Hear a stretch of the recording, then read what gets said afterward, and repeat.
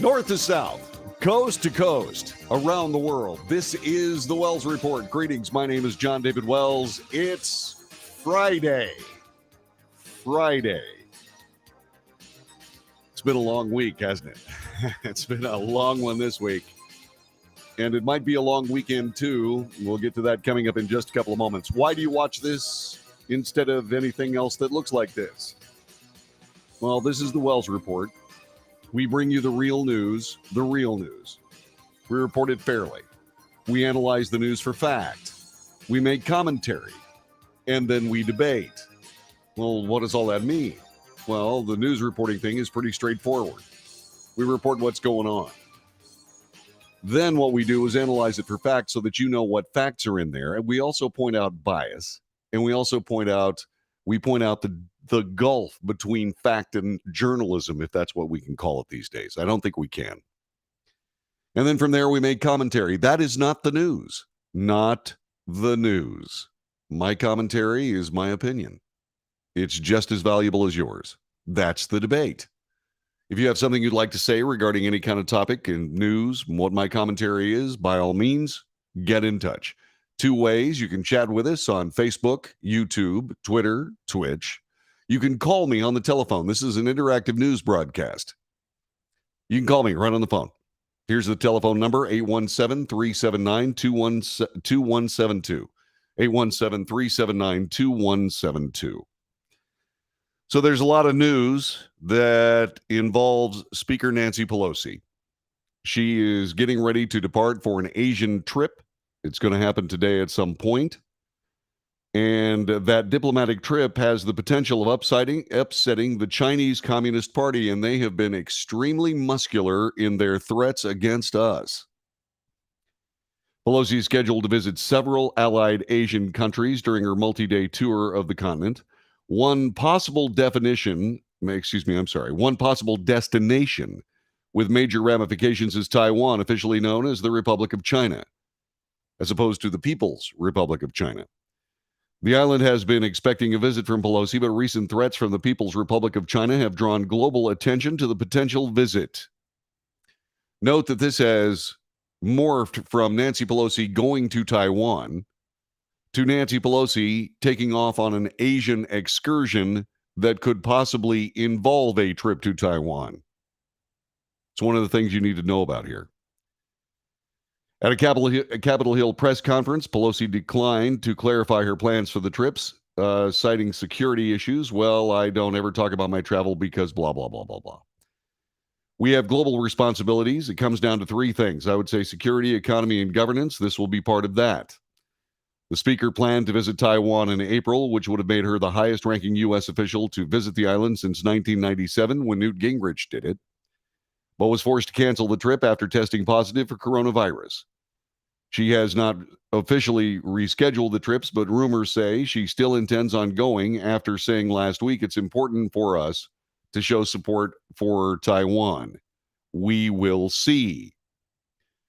China, as reported in the Washington Free Beacon, is very upset about this, or at least trying to appear upset about this. A Chinese Communist Party mouthpiece said today that it could shoot down Democrat House Speaker Nancy Pelosi's plane if she makes a stop in Taiwan. The move he said is tantamount to an invasion of the island. Here's the quote. If U.S. fighter jets escort Pelosi's plane into Taiwan, it is an invasion, said Hu Shijin, an analyst for the Chinese state-controlled Global Times propaganda outlet. The PLA, the People's Liberation Army, has the right to forcibly dispel Pelosi's plane and the U.S. fighter jets, including firing warning shots and make tactical movements of obstruction. If ineffective, then shoot them down. Pelosi is scheduled to depart today for a tour of Asia. It has been rumored that she will visit Taiwan. Tensions have been high ahead of the trip, the Chinese government warning her against making any stops in Taiwan, the contested island that China has reportedly threatened to invade. Speaker Pelosi will visit Japan, South Korea, Malaysia, and Singapore. CNN reported on Friday that the Taiwan visit is currently uncertain. That is a change. That is most assuredly a change. Is Nancy Pelosi going to weasel out of this trip to Taiwan? What does that mean? Xi Jinping said that in recent days, the Chinese military should accompany Pelosi's plane during her tour. The Chinese mainland must be brave enough to take this step of flying warplanes over the island, which, unlike warplanes' flight around Taiwan, can truly reflect China's sovereignty over the territory. And it is more substantial than any visit to Taiwan by senior foreign officials, said Xi Jinping, in a comment highlighted by the Middle East Media Research Institute, which is tracking the situation. Using Pelosi's visit to Taiwan to complete this leap is most likely to make it a peaceful transition. The peaceful transition from a free country to one ruled by the Communist Party of China. President Biden said recently a trip to Taiwan by Pelosi is, quote, not a good idea right now. For the USA's part, the United States military is making preparations ahead of Speaker Nancy Pelosi's planned visit to Taiwan. Now, this copy, I believe, let me see, has it been updated? Yeah, this copy is a couple of days old. And so note the difference in language. The United States military is making preparations ahead of Speaker of the House Nancy Pelosi's planned visit to Taiwan. It's now an uncertain visit to Taiwan. It's a possible visit to Taiwan. That is a change. That would be disastrous, in my view. More about that coming up. While the Speaker's trip to the nation of Taiwan remains unconfirmed without a hard time frame, Chinese officials have already taken issue with the idea. The United States military is prepared for every contingency and would increase its movement of forces and assets into the Indo-Pacific region, something that they have actually done. The USS Ronald Reagan is currently steaming in the South China Sea. President Joe Biden and his counterpart, Xi Jinping, held a lengthy and candid discussion about Taiwan yesterday as tensions mount between Washington and Beijing, despite Biden's one-time hope of stabilizing the world's most important country-to-country relationship. The two leaders did agree to begin arrangements for a face-to-face summit, their first as Xi resists travel amid the COVID-19 pandemic, and certain areas of cooperation, including climate change, were hashed out. But the Taiwan issue proved to be the most contentious. The issue has emerged as a serious point of conflict. U.S. officials fear a more imminent Chinese move on the self-governing island, and as a potential visit of Nancy Pelosi prompts warning from Beijing and a concerted effort by the Biden administration to prevent tensions from spiraling out of control.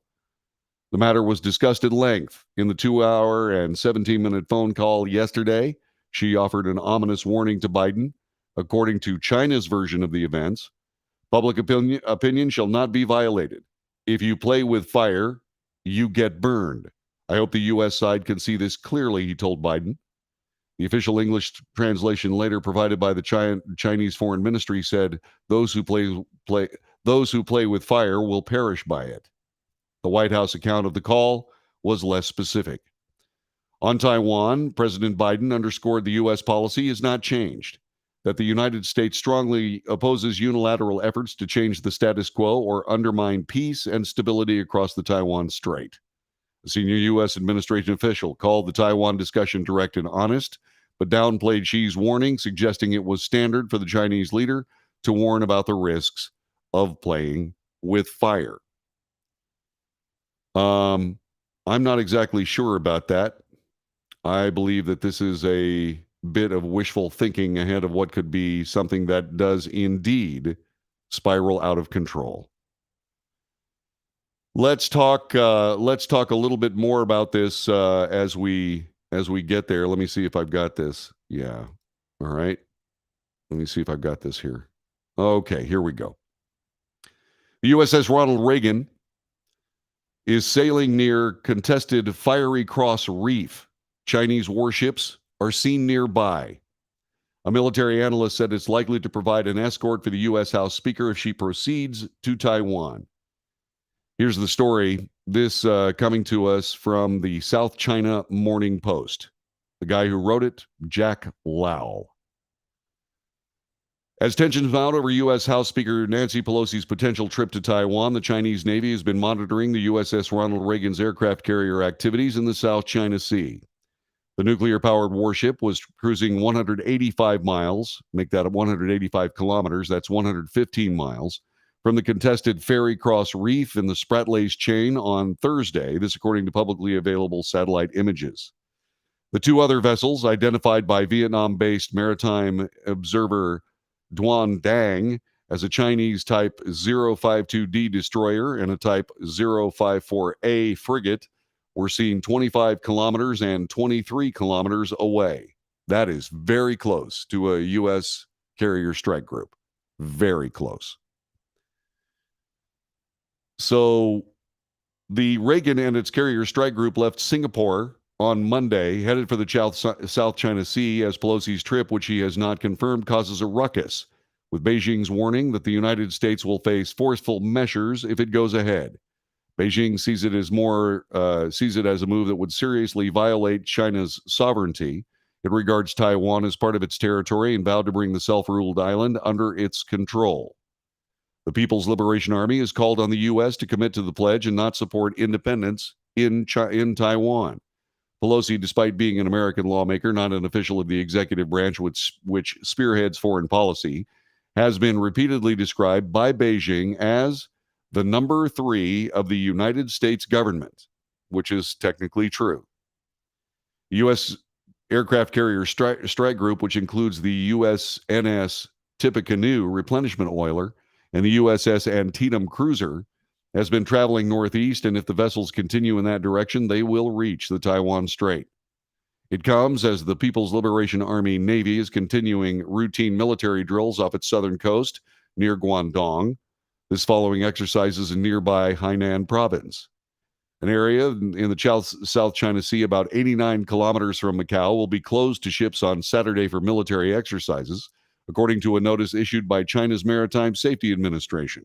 The Gulf of Tonkin off the southwestern Guangdong will also be a no-go zone on Tuesday and Wednesday while gunnery exercises are carried out. Song Zhongping, a former PLA instructor, said the U.S. carrier strike group was likely to provide an escort for Pelosi if she proceeds with the trip to Taiwan. At the same time, before the potential visit, the U.S. will increase surveillance of the People's Liberation Army activities around Taiwan, meaning the U.S. would deploy a large number of reconnaissance aircraft. China's military would also be keeping a close eye on any U.S. aircraft and carrier strike group. It's tit for tat and mutual surveillance, said Song. The region will be tense for a while. It most certainly will be. U.S. Navy troops and People's Liberation Army Navy, not troops, but ships, and People's Liberation Army Navy ships in close proximity, within 25 kilometers. I didn't believe that anything could get within 250 miles of a United States aircraft carrier. That is significant. It's also significant that the Ronald Reagan's course is pointed to the south, to the Taiwan Straits. This is important stuff. What will it mean? Well, I have some thoughts on that, and I will share them with you coming up in just a couple of moments. You're listening to The Wells Report. It is Friday. Our telephone number is 817-379-2172. 817-379-2172. Let's get together. Back with more in a moment. More of The Wells Report.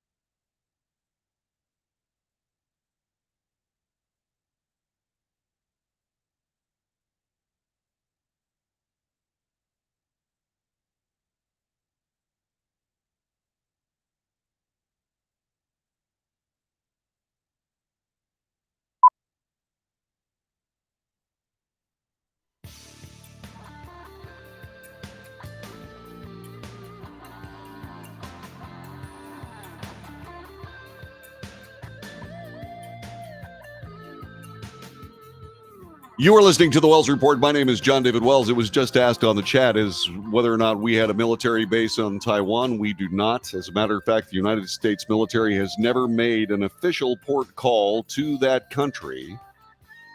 And it would be seen as provocative by the People's Republic of China.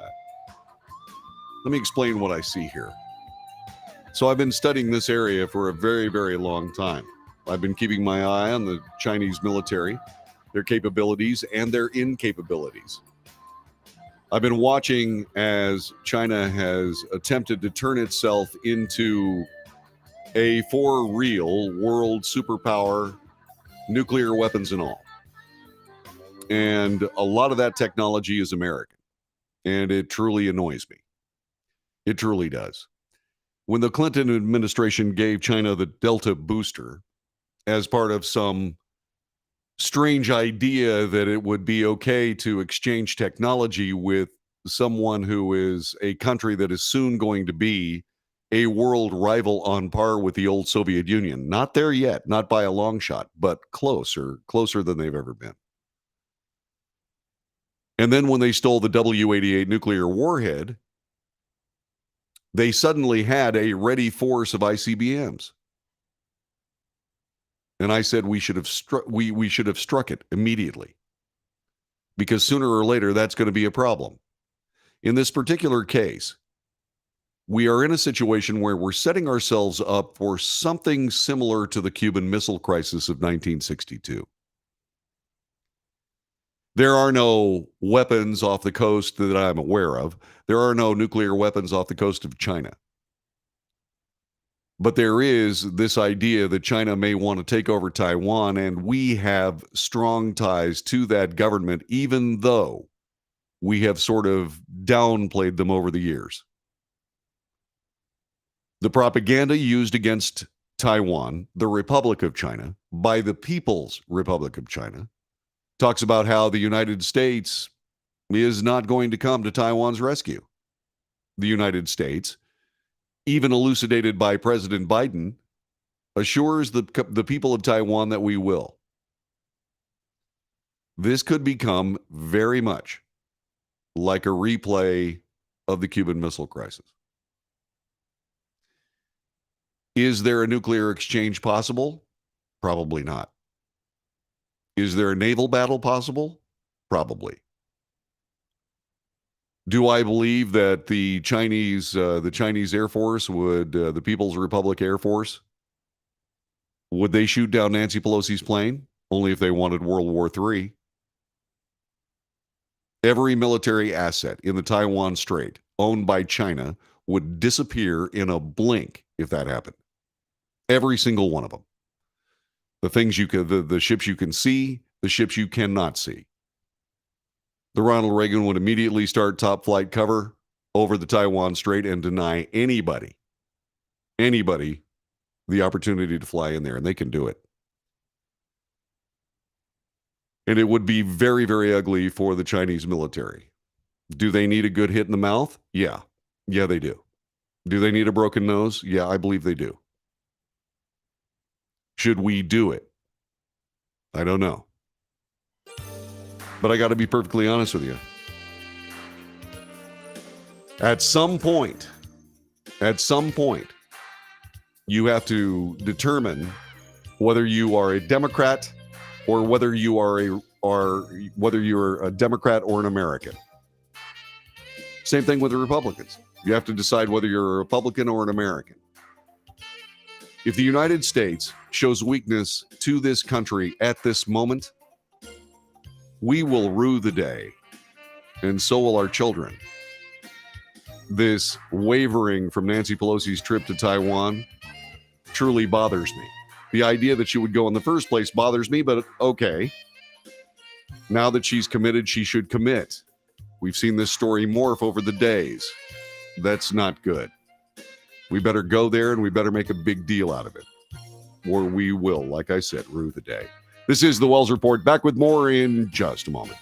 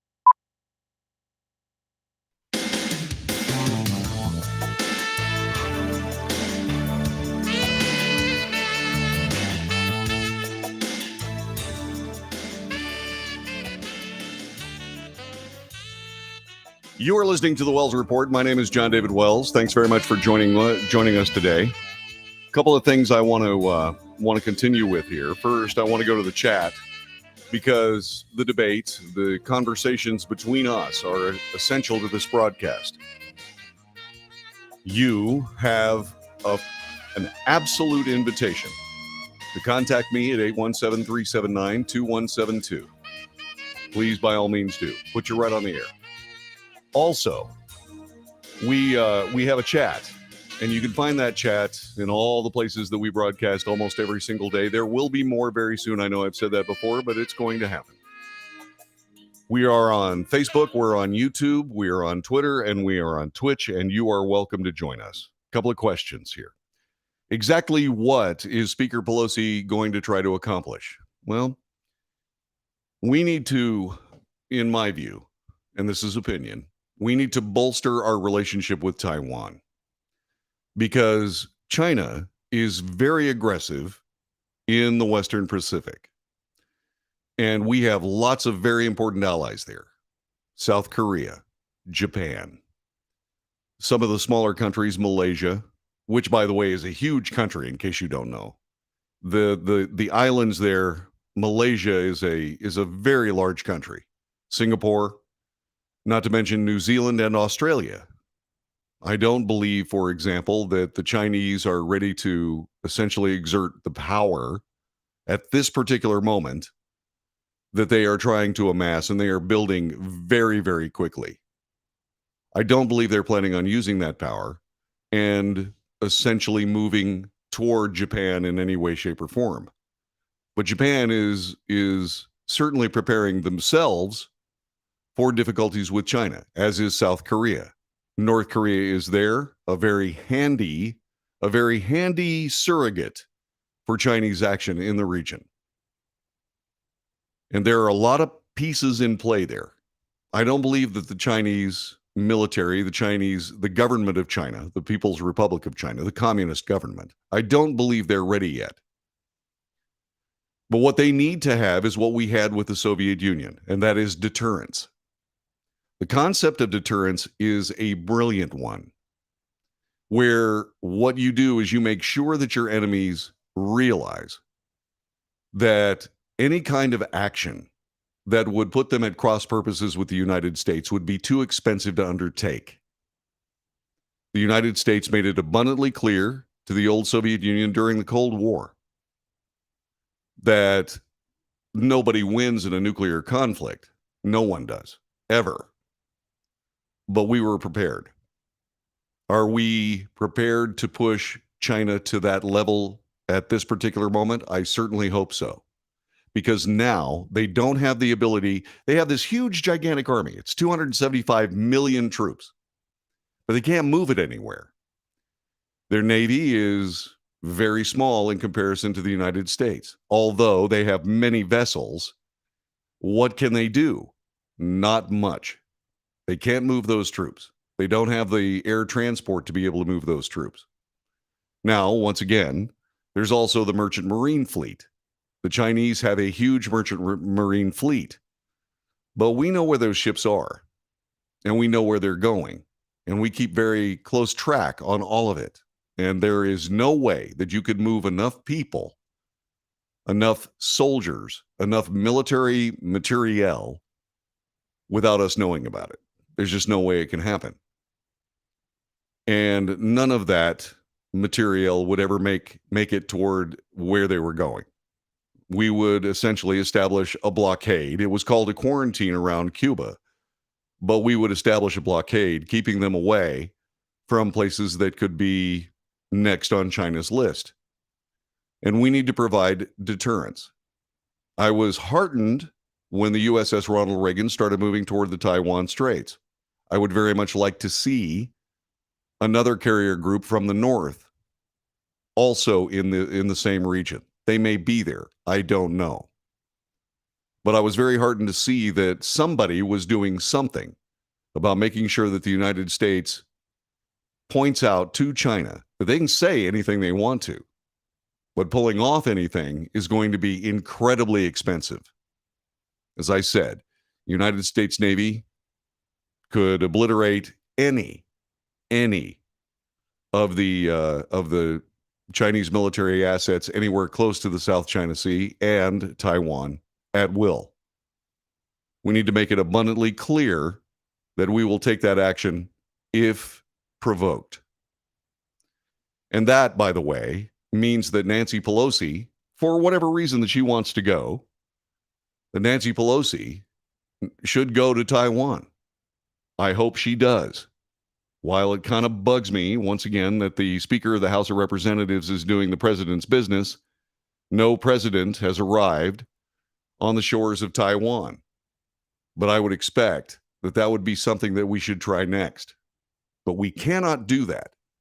We simply cannot do that if we kowtow, which is a Chinese term, to the will of the People's Republic of China. They are taking this step because they believe they can. There is no real reason why they should believe that Joe Biden would do anything. Now, President Biden is a part of National Command Authority. President Biden would be, shall we say, convinced that upholding United States military interests in the South China Sea and the Taiwan Straits is critical to peace in the Western Pacific. President Reagan, the namesake of the USS carrier Ronald Reagan, said that of all the wars that he had seen in his life, none of them were caused because the United States was too strong. We had better show strength to these people. If Nancy Pelosi forgoes this trip to Taiwan, they win. It would be significant. It would be a provocation. Very much like what Vladimir Putin did in Ukraine, as I pointed out on this broadcast many times. Vladimir Putin moved into Ukraine because he didn't believe that Joe Biden was going to do a thing about it. And he was more or less correct. We have sent weapons. We have sent ammunition. We've sent American high-tech rocket systems, etc., to Ukraine. That used to be an act of war. Why it's not considered an act of war now, I don't know. I was surprised because normally, when we went into Afghanistan to boot the Russian military out, they had occupied the country. When we did that with weapons that could arguably be sourced as Russian. We used their anti-aircraft rockets. We used their tanks. We used their battle rifles. We collected all this material from around the world and we sent it to Afghanistan. Then we took the people that we found there and we turned them into a force that actually chased Russia right out of Afghanistan. The fall of the Soviet Union happened shortly thereafter. We need to show China that we're serious. And we need to show the rest of the world, including Vladimir Putin, that there is a limit. Now, arguably, I suppose you could make the case that Ukraine, being such a part of Russia for so long, that this is essentially a civil war. I suppose you could make that point. But believe me, Vladimir Putin is watching. And so is every other power in the United States, including our NATO allies. They're trying to figure out what the United States would do if the ship really did hit the sand. So I believe, frankly, that Speaker Pelosi's trip is essential, even though it still kind of bugs me that the Speaker of the House is doing this foreign policy trip. Yvonne replied to Ann, who asked the question, what is Pelosi trying to accomplish? She said, not sure if we ever had a base, but we've never had a base in Taiwan. But I know my ex went to the American school there when he was in high school, but that's before Nixon severed diplomatic ties with Taiwan, so he could go into China. And remember, China plays the long game. There were all kinds of propaganda issues surrounding that trip by Nixon to China. But he was the exact right guy to do it. But it did cost us, and it did cost Taiwan a great deal. Let's see. How old was I when the Cuban Missile Crisis happened? I was about 4. I was 4 years old. But I do remember watching a brilliant piece of theater called The Missiles of October. And that ignited in me a serious interest in finding out more about that conflict. And I did. We came very, very close to losing a United States aircraft carrier to a nuclear explosion. There were 3 submarine skippers there that had nuclear weapons on board and orders to use them if they saw fit. When the United States began dropping simulated depth charges, the skippers got together and decided whether or not they were going to fire their missiles. There was a senior captain there named Arkhipov. He was the guy that was on K-19, the Widowmaker. And what ended up happening with that is that he was the only no vote, but as the flotilla commander, his vote counted. They all had to be unanimous. And they did not take out a United States aircraft carrier with a nuclear weapon that they had ready to go. That was the most tense part about the entire affair. It wasn't necessarily the missiles themselves. It was the fact that there were there were submarines, Soviet submarines, looking at a United States carrier as a target. And they decided no, when commanders had local control of nuclear weapons. Now, is China ready to push their position at this particular moment? I don't think so. They have a ways to go. We'd better show them that we have resolve. We'd better show them that we have resolve, even if the typical hawkish United States president is not in office at this time. The Cuban Missile Crisis, by the way, occurred because of a meeting between Nikita Khrushchev, the Soviet premier at the time, and John F. Kennedy. Khrushchev came away from that meeting believing that John F. Kennedy was weak. Do you believe that, say, for example, I know most of this is history. You probably read about this in a book like I did. But do you believe that John F. Kennedy was a stronger president or a weaker president than Joe Biden? Look at it through the lens of our enemies. If you wanted to do something like take over Taiwan, would now be the time to do it? I believe so. Now, is China ready militarily? No. Regardless of what you hear, they're not ready. As long as the United States is there. If the United States is not there, they can certainly go anytime they wish. There are people that say, well, they're probably a couple of years away from trying that. Well, no. And if they are a couple of years away, if Nancy Pelosi doesn't make that trip, if the United States kowtows to China,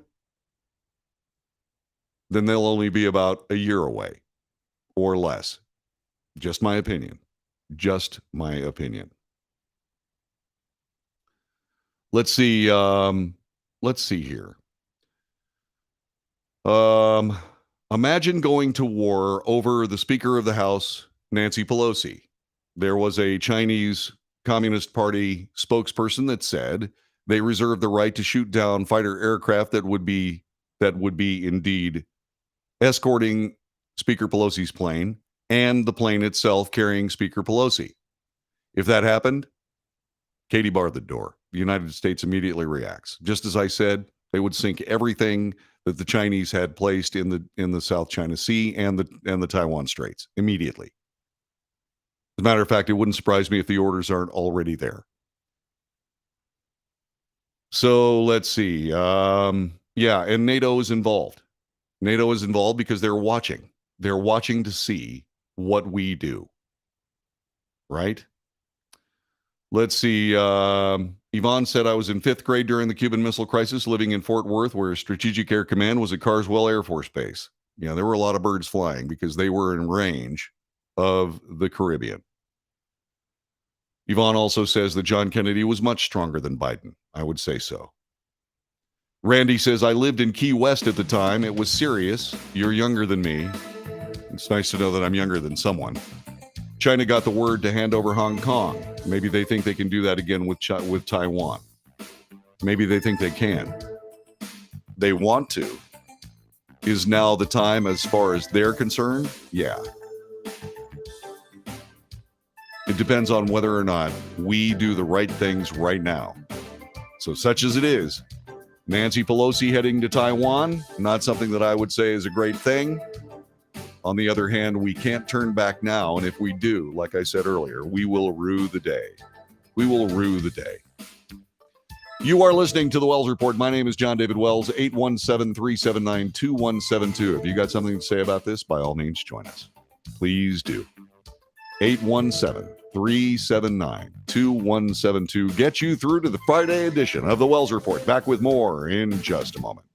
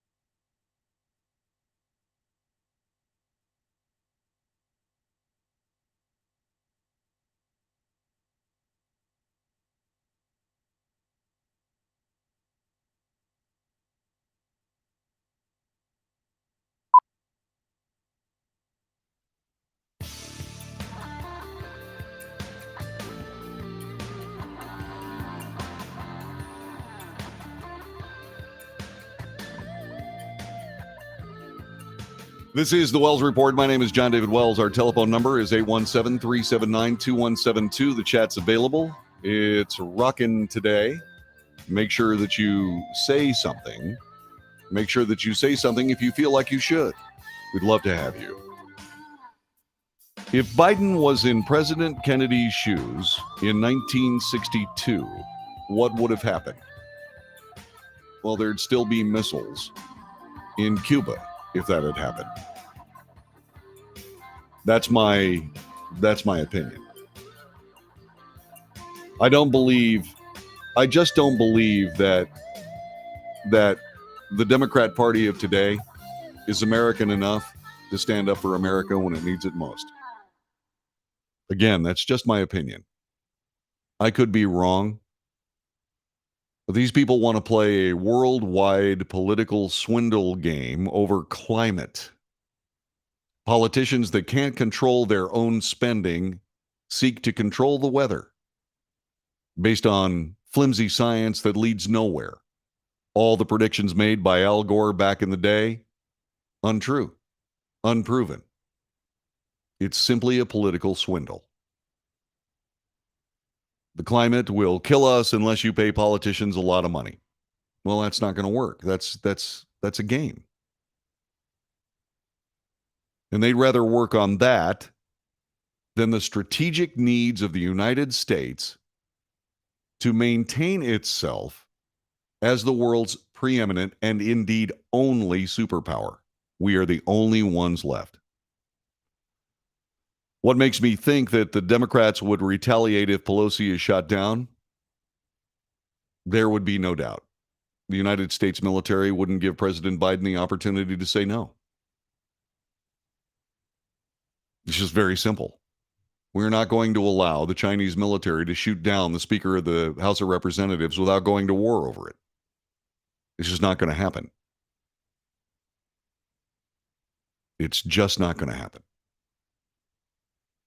Somebody pointed out that we would actually engage in what could be the beginning of World War III over Nancy Pelosi. Well, there have been different reasons for that. So the military controls Biden. No, the military does not control Biden. Does not. But National Command Authority is essentially another triad. It is the President of the United States, it is the Secretary of Defense, and it is the Joint Chiefs of Staff. The Joint Chiefs of Staff would never allow such an act of war to go unpunished. Absolutely not. We simply couldn't allow it. And if we did, that would be the absolute day that China became the world's preeminent country. If we allowed them to do that without punishing them for it, this would be a different world beginning that moment. A lot of people are concerned about whether or not there are too many Americans in China's pockets. Well, think about what you've seen with politicians. Later today, we're going to discuss the fact that the Biden administration has gone ahead and begun construction to close the gaps in the Arizona border wall between us and Mexico. Why? Is it because it's the right thing to do? Is it because it will save countless lives of people trying to come to the United States? Is that why they're doing it? No. No, they're doing it because Senator Mark Kelly is losing his race in Arizona.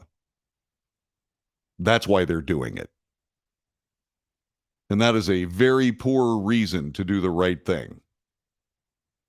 Very poor reason. When you start thinking back to the harsh rhetoric used against President Trump as the president built the border wall to the level that it is now, when you start thinking about the calls of racism and you start thinking about the derision, and then you listen to the words of Joe Biden saying that we should do a technological wall. Well, we did that once. We did that once during the Obama years, and a lot of that equipment ended up for sale on eBay, for crying out loud. So much for the technical wall. No, I said at the time, we need big, dumb concrete. Then I started paying attention to the Border Patrol. It says, no, we don't want concrete because we want to be able to see through the wall. True. And that's why we have these large square steel beams that are turned diagonally. Who is Mark Kelly losing to? Mark Kelly is seen as a very vulnerable seat by every political analyst there is in the United States. There is no other reason for President Biden to continue building the Trump border wall. Mark Kelly's losing. And you can say all you want to, the GOP race for senator is a mess. It's not. It's not. It is not. There's no other reason for them to continue building the wall. It is a huge political deficit. And believe me, China's paying attention to that too. Because remember who makes all the fentanyl coming into the United States? Oh, by golly, it's China. Yeah. See, this is what they call coming to a head. That's what we're seeing here. What does that mean? That means we better start playing for real. Because if we don't start playing for real, things are going to get interesting in the classic Chinese sense. May you live in interesting times. It's a Chinese curse. Back with more in just a moment on the Wells Report.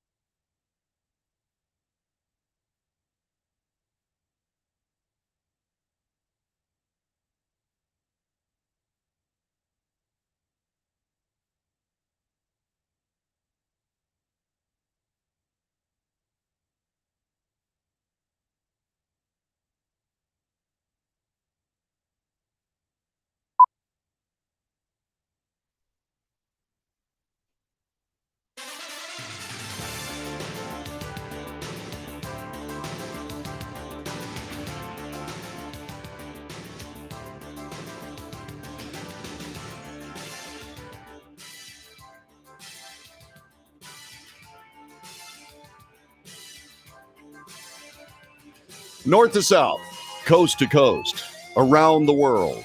This is the Wells Report. Greetings. My name is John David Wells. Thanks for joining us today. Sorry I was late. So this is the show where you get the news. You get the news. You get the issues of the day. We analyze the news for fact. I make commentary. That's not the news. That's opinion. You have one too. By all means, share it. That's the debate. And when we do that, it's because you can contact me anytime you choose. You can do it on chat. You can do it by calling me on the telephone. And I wish you would. It would be very nice of you to do just that. So by all means, join us on the Wells Report. This is an interactive news broadcast. I'm interacting with my computer right now. So there you go. Hang on just a second. I'll get this to you. So we've been talking about China, and we've been talking about what they've been up to.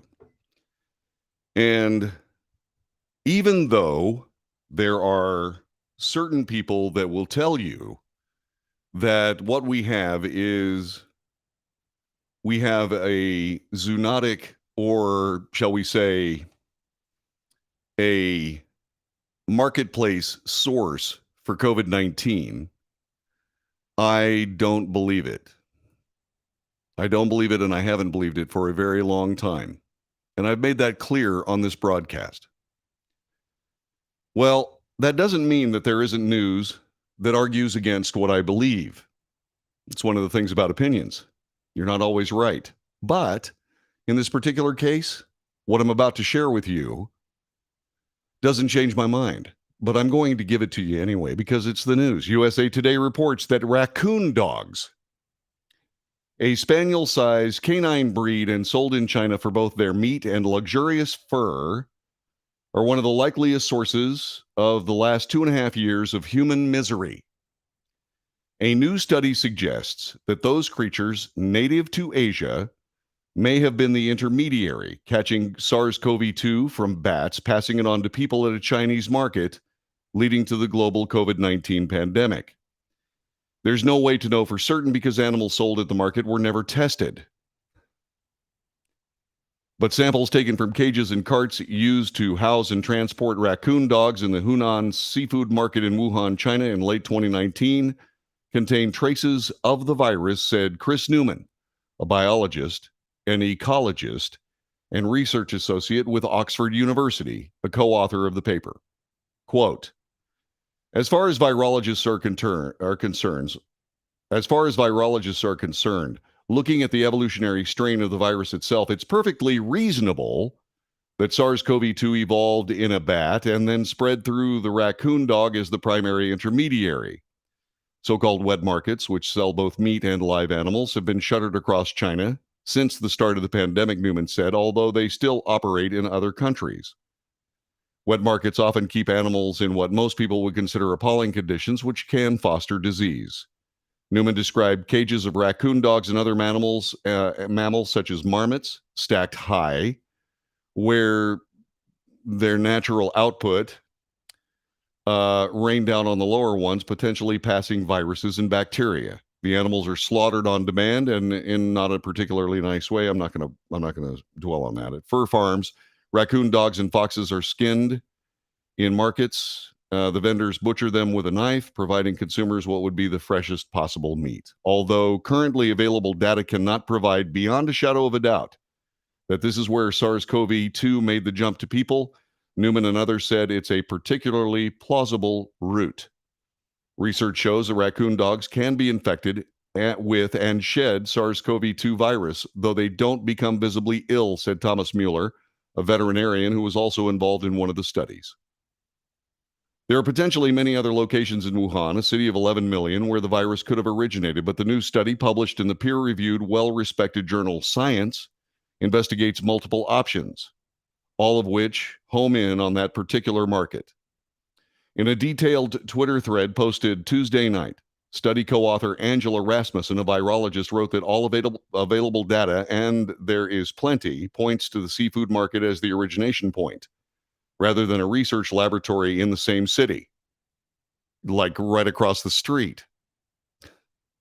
Although many questions remain, these provide conclusive evidence that SARS-CoV-2 emerged via at least 2 zoonotic spillovers from animals it sold at Hunan. This references a term that describes pathogens jumping from animals to people. Yes, the data is incomplete and imperfect, but it overwhelmingly shows the pandemic began at Hunan through zoonosis, not at the Wuhan Institute of Virology or any other lab. Okay, so this is a study that takes available data and makes the case that the food market in Wuhan was the actual origination of the SARS-CoV-2 virus. Everybody's entitled to their opinion, but this is an opinion. And the thing about it is that it satisfies what I consider to be a very serious, outright dishonest, and certainly disinformation campaign by the People's Republic of China. There's also something else that's equally disturbing. We have the genome of SARS-CoV-2. There have been reports that were very quickly hushed up that talked about the fact that the genetic markers of this particular virus do not point to a natural source. The possibility that it could be a natural source does exist, but it would be something in the orders of millions to one that it could actually occur. By the way, China has a long history of very serious diseases emanating from their country and going around the world. I pointed out many times on this broadcast that if indeed SARS-CoV-2 did naturally occur, it is perhaps the most perfect biological weapon ever seen. The most perfect biological weapon ever seen. It kills, but not quickly. There's an incubation period that lasts 2 weeks where the carrier does not know that they're carrying it.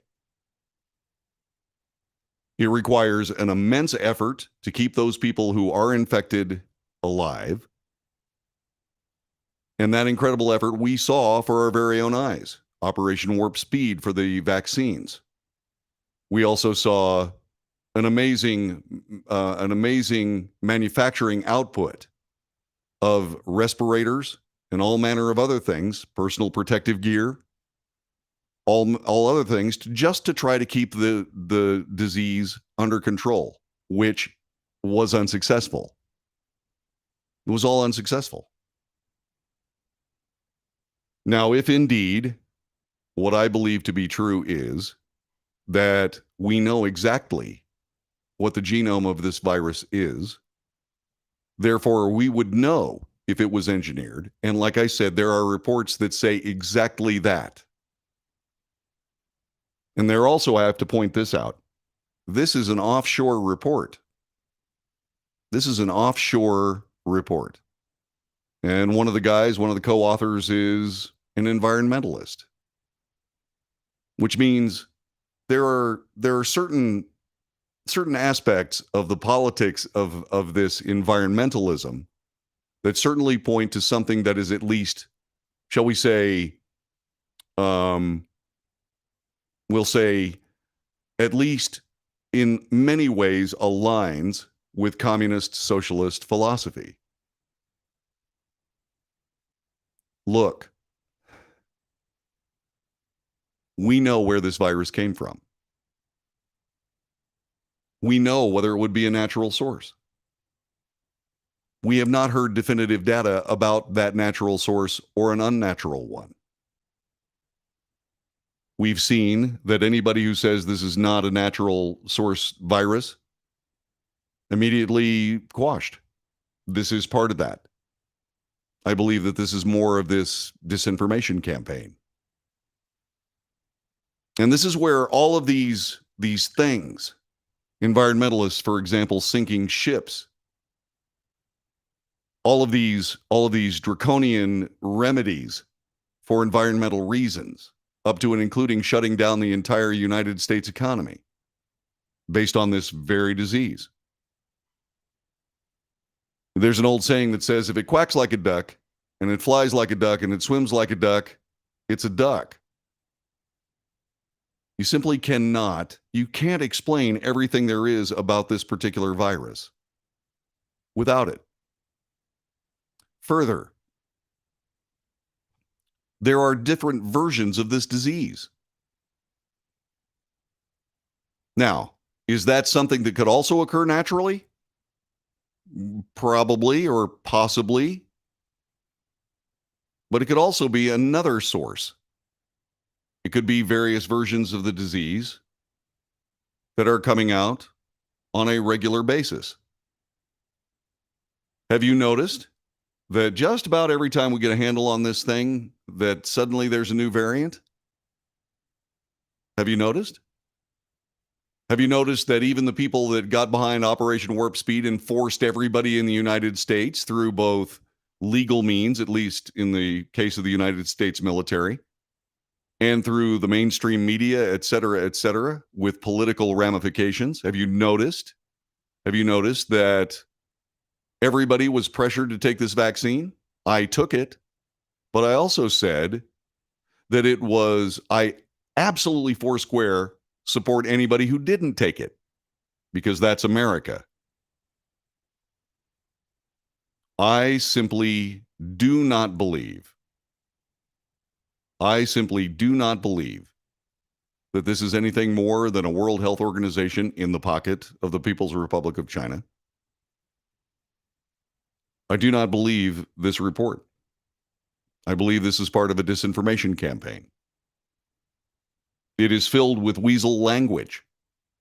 Why is it filled with weasel language when we actually have the genome?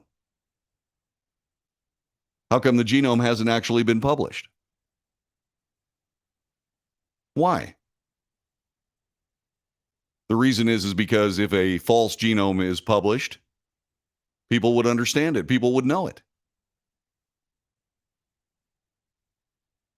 And suddenly we'd have answers, but we don't have answers. And let me add one more thing to this. Do you believe that the People's Republic of China would be empowered by the way that we're handling COVID-19, or disempowered by the way we're handling COVID-19?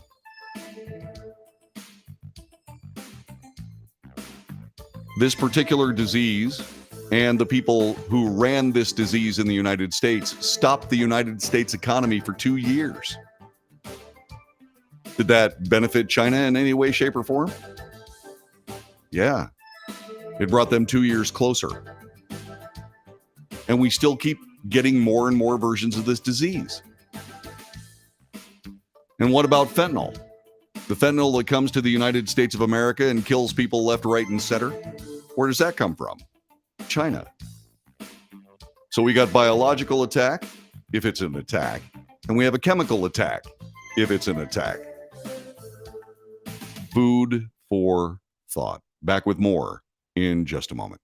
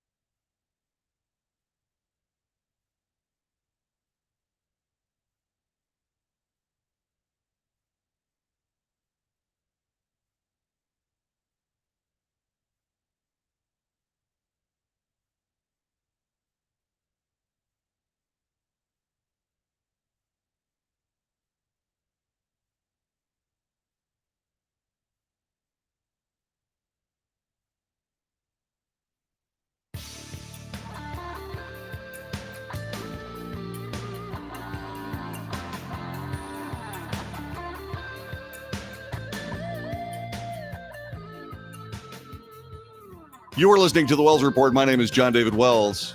Thanks very much for being a part of our broadcast. Our telephone number is 817-379-2172.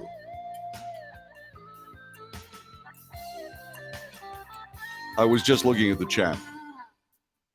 There's a guy out there that I went to high school with who knows a great deal about a great deal number of things, a huge number of things. He's one of my friends. His name is Art. And he says that I don't understand the various sciences involved in studying the virus. Well, I know that we have the complete genome. I know that the People's Republic of China government pulled their copies of the genome out of public scrutiny. And the United States actually agreed to do it. But anybody that has COVID-19 can provide a genome to anybody who cares to tear it apart. How come that hasn't happened? You see, sometimes you can tell what's going on based on what you see happening. Sometimes you can figure out what's going on based on what should be happening, but you can't see it. See, I can see that hole in the logic. You may understand science, Arthur, but I understand human nature, and I understand the deductive reasoning process and critical thinking. And there are details missing in this entire story. Details that should not be missing. I've pointed out one. And then you came back with, well, you have to understand science. Well, what kind of science are you discussing, Arthur? I've got some science here for you. Let me share this with you. A year ago, Alzheimer's researchers expressed guarded optimism. The first new drug in nearly 2 decades was about to hit the market. The pharmaceutical companies had potentially stronger drugs in the pipeline. But the controversial drug Aduhelm barely had been prescribed amid Medicare payment restrictions. Researchers now face questions about whether they've wasted time and federal grant money on a dead end after Science magazine reported last week that an influential 2006 study relied on fabricated images to support its conclusion. The magazine said the study possibly misdirected Alzheimer's research for the past 16 years. Dr. Karen Ash, a senior University of Minnesota scientist, acknowledged a junior colleague appears to have manipulated 2 images, but said those actions did not affect the study's wording or conclusions.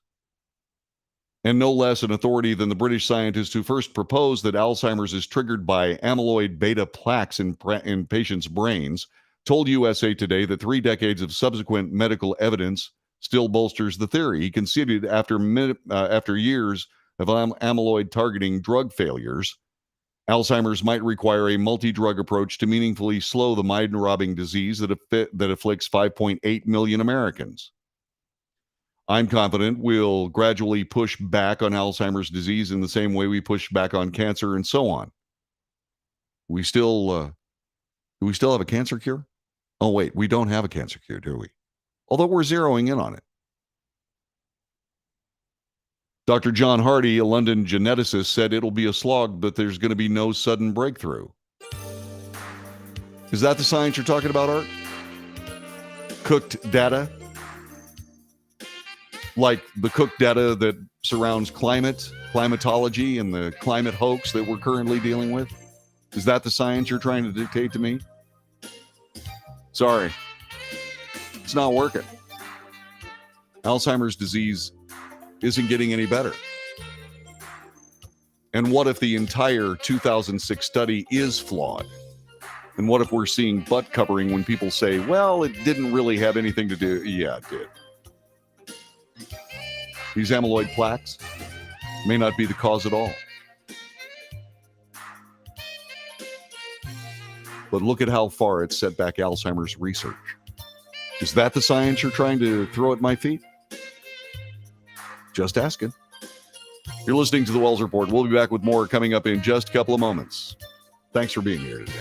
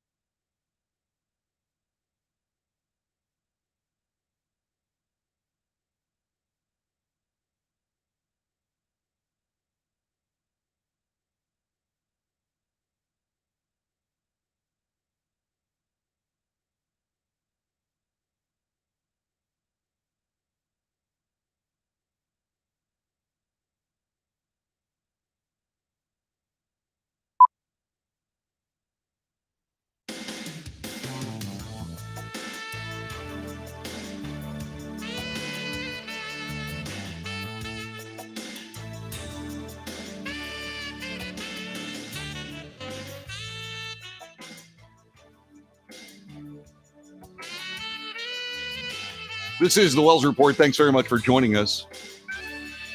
The Biden administration made an amazing decision. An absolutely amazing decision. It was stunning. When it came out last night, I said, what? What? And then again, I started thinking. Fox News reports it as follows. Not another foot. Not another foot. Those are the words now President Joe Biden used as a mantra throughout his 2020 presidential campaign regarding the construction of the U.S.-Mexico border wall.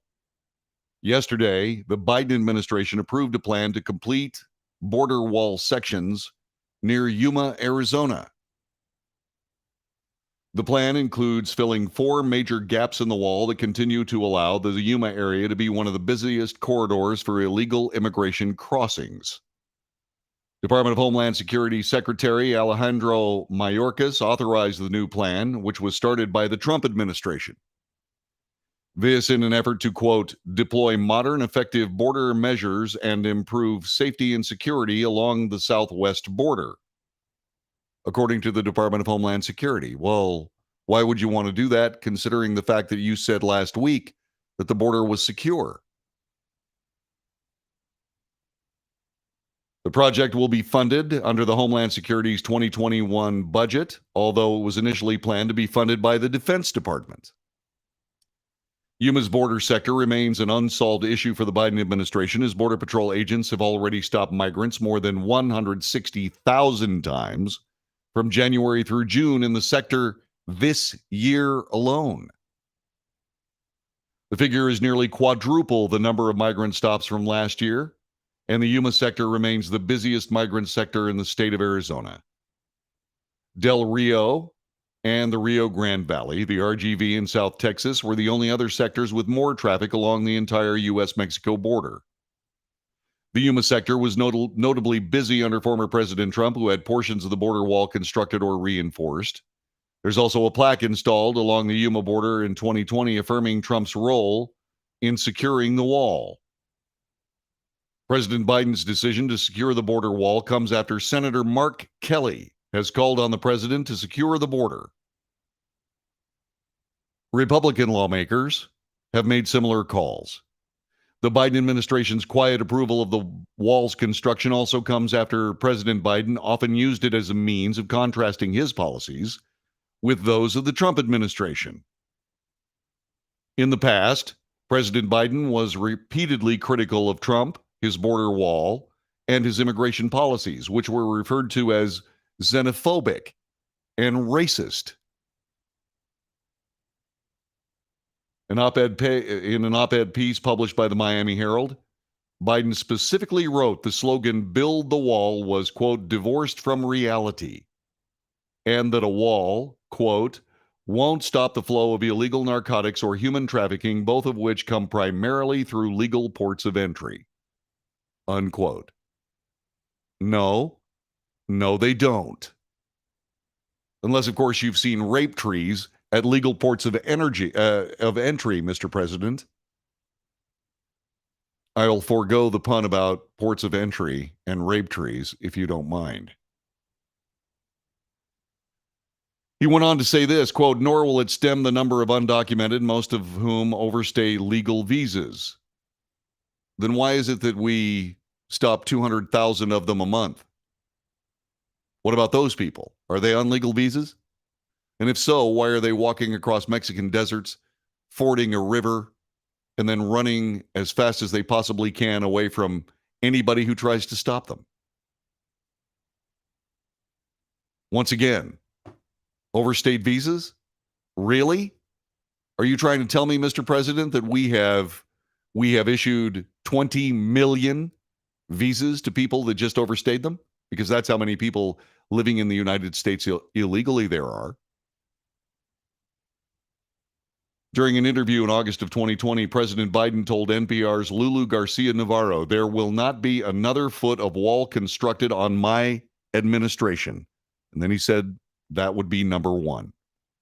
Quote, I'm going to make sure that we have border protection, but it's going to be based on making sure that we use high-tech capacity to deal with it. And at the ports of entry, that's where all the bad stuff is happening, unquote. No, Mr. President, it hasn't. That's not where it's happening. I've been where it's happening. I've been there. I've seen it for myself. What are you talking about? The answer is you don't know. Because you haven't been down there. You haven't talked to anybody down there. And I know you have people and so on and so forth, but Mayorkas is not the guy to do the talking. Every time he goes down there, he gets roundly booed by just about everybody.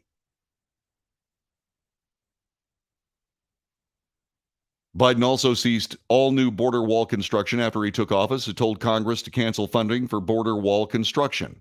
He has since ramped up border security measures. President Biden also continues to use billions of dollars Congress appropriated for the wall's construction. He cannot legally refuse to do so.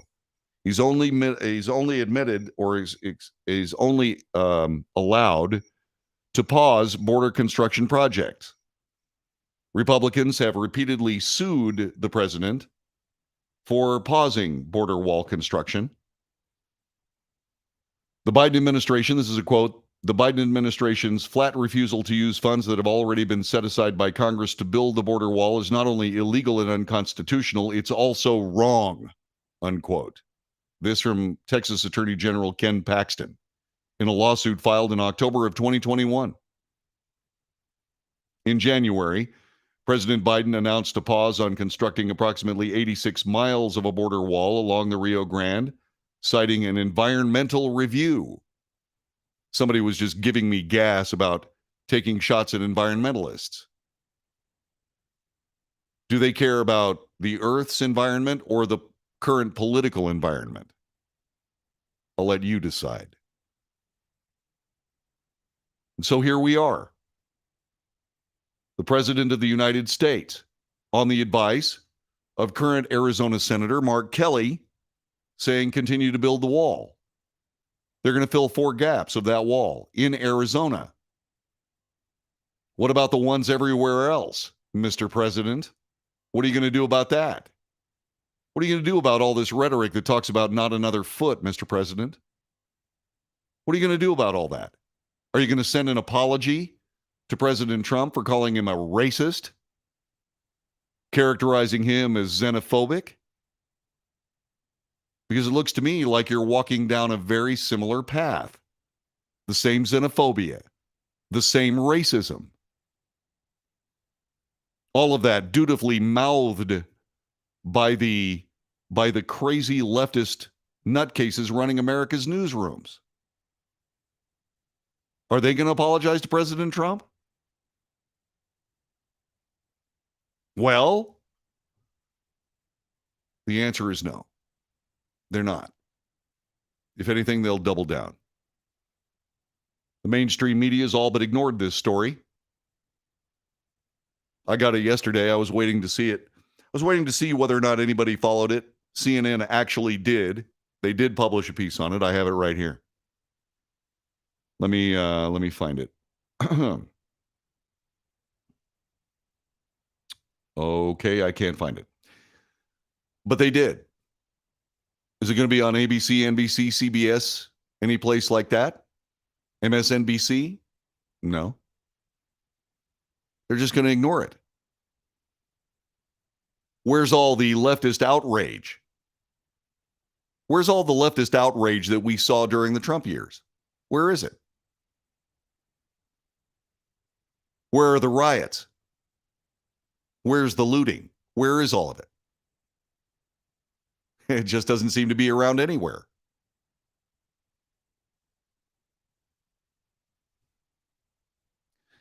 I've long said that if you just give leftists enough time, they will destroy themselves. The question is, how much damage can they do to the rest of the country while their lies are essentially holding sway? Which takes us seamlessly back to this climate hoax. Al Gore told us that long ago, the North Pole ice cap would be gone. It's bigger now than it's ever been. Anybody hold him accountable? Well, Fox News. Nobody else. Why? They gave that guy an Emmy Award for a film that has been proven to be wrong and wrong and wrong again. Maybe it's just because they refuse to see the reality of what they talk about. When things don't add up, it's because they don't add up. It's because they're wrong. When things don't make sense, there's a reason, especially when there's political exploitation of the lack of evidence or science. Science that plainly should be in plain sight. And where does all this come from? Where's the actual source? Where's the source? From the United States university system. Is that a broad-based sample of people in the United States? No. No, it's not. It is, however, a broad-based sample of those people who believe in deficit spending. Kids getting out of Princeton with a $150,000 college bill. How long did it take you to buy your first house that was 150 grand? How long did it take you? 30 years? So let's see. You're 24, 22, with a master's degree. You get out of a university, you're $150,000 in debt, and what? Now you're 52 before you pay it off? What about saving for your kids' college? What about saving for your retirement? What about all of that? What about all of that? Well, you got to pay the man first. Well, unless, of course, you can get your political buddies to just write off the loans. And since America's universities, colleges and universities are decidedly leftist, providing a never-ending flow of people who make no sense whatsoever, get out of their college, $150,000 in debt, and then have to get a job that doesn't have anything to do with the degrees they hold? Yeah.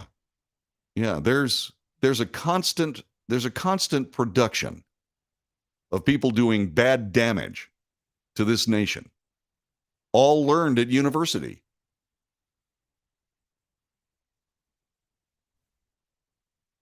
Well, it doesn't work, does it? This border thing, you can't learn everything in a book. That's one of the reasons why I put on the state of Texas's uniform, and I headed down there myself.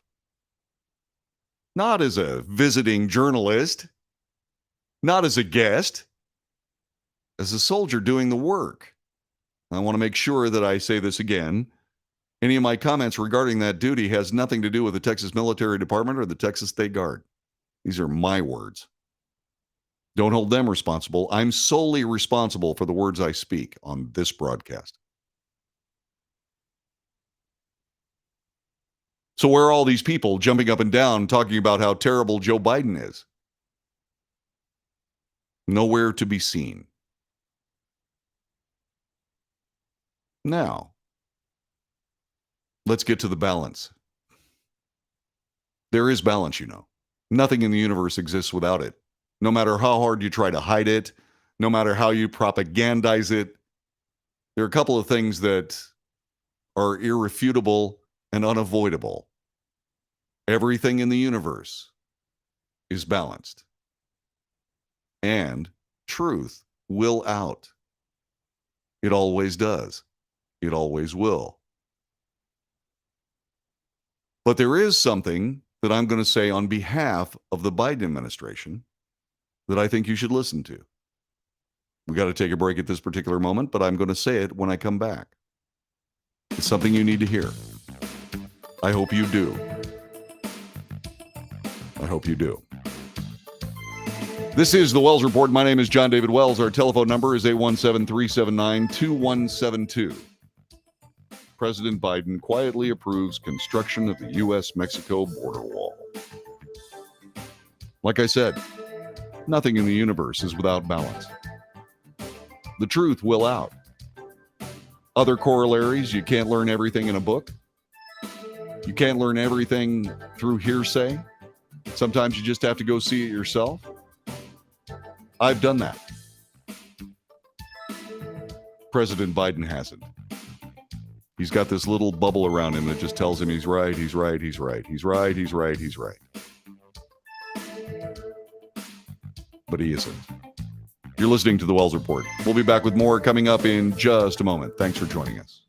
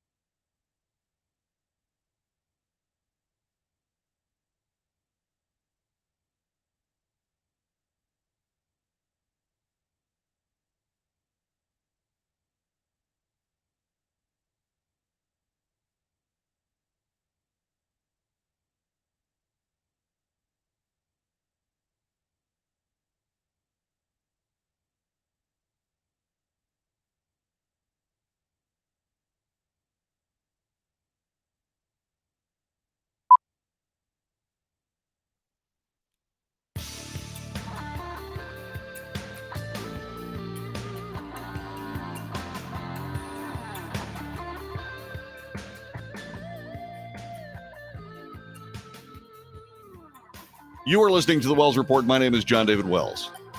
Now, let's spend a little bit of time talking about the realities of Joe Biden's decision. The reason that Joe Biden is building gaps, filling gaps in the Yuma border wall in Arizona is because Senator Mark Kelly asked him to. Why did Senator Mark Kelly ask him to reverse a policy that was all but written in blood during the 2020 campaign? Because Mark Kelly's losing in Arizona. That's why. Now, let's get to fairness. Yesterday on this broadcast, I said that in order for the Biden administration to continue, certainly after the next election, in order for the Biden administration to continue, they were going to have to reverse themselves. This is the first reversal. Let's hope there are others. Let's hope that what's next is a reversal on Title 42. Let's hope that that happens next. Let's hope that there's a reversal on the Keystone XL pipeline. Let's hope there's a reversal of the government idea that somehow they can take credit for private sector development of America's oil and natural gas. Let's hope that they believe in the seriousness from a national security standpoint about just how important it is that the United States handle its own energy needs instead of relying on others. The idea that the American taxpayer can continue to enrich Saudi Arabia and all the other oil-producing nations in the world when we are the preeminent energy production nation in the world should tell you something about politics. We don't have to go back very far to prove it to ourselves. We only have to go back about, 2 years.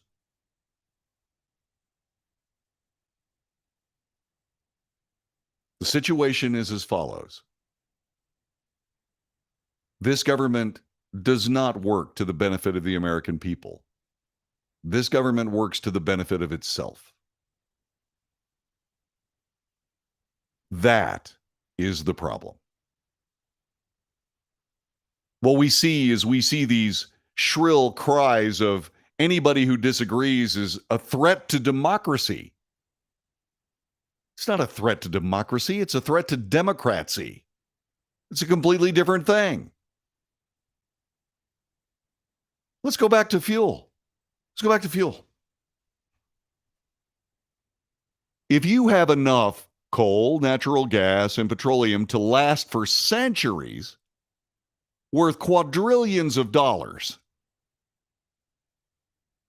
why in heaven's name would you stop producing it in favor of paying other countries to produce it? Well, because of politics, that's why. To what end?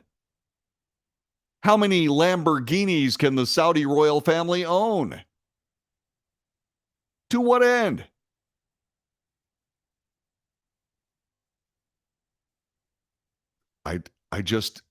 It's as plain as day to me. It's just as plain as day. We're paying half of what we pay now for gasoline. I've actually seen prices over $7 a gallon for diesel. How do we move all of our stuff? Diesel trucks. Oh, but this energy is so dirty. It's so terrible. It's so awful. Then why have we spent billions upon billions, if not trillions of dollars cleaning up the use of all of these fuels? Obviously, that was wasted money. Now, keep something in mind. The efficient use of fuel, great idea. I think it's wonderful. I drive a car that is magnificently better than the hot rods we used to drive, Arthur. But the thing about it is,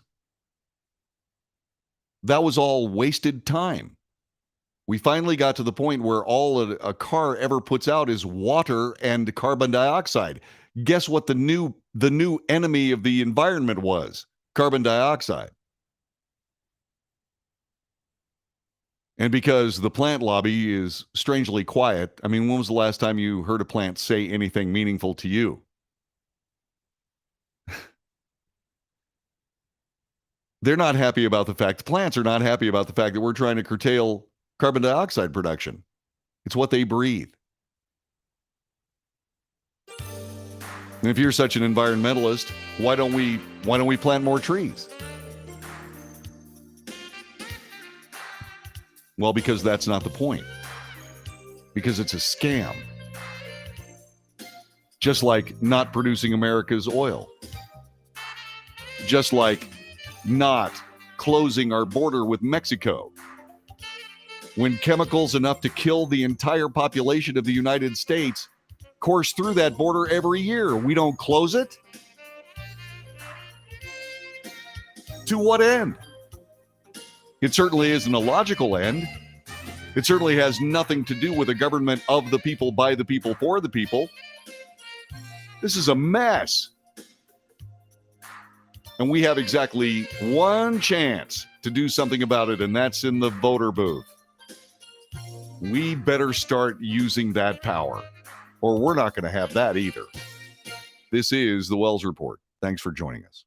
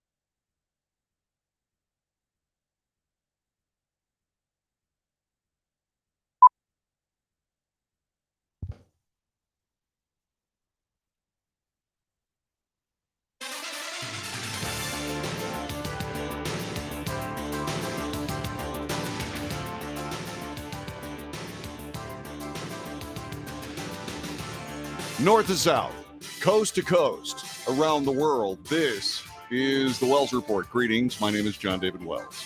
We bring you the news. We analyze the news for fact and bias. We make commentary. That's opinion. That's not the news. And then we debate.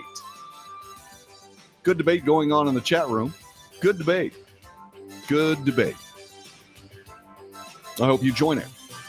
You can do so by going to Facebook, Twitter, Twitch, YouTube, and more on the way.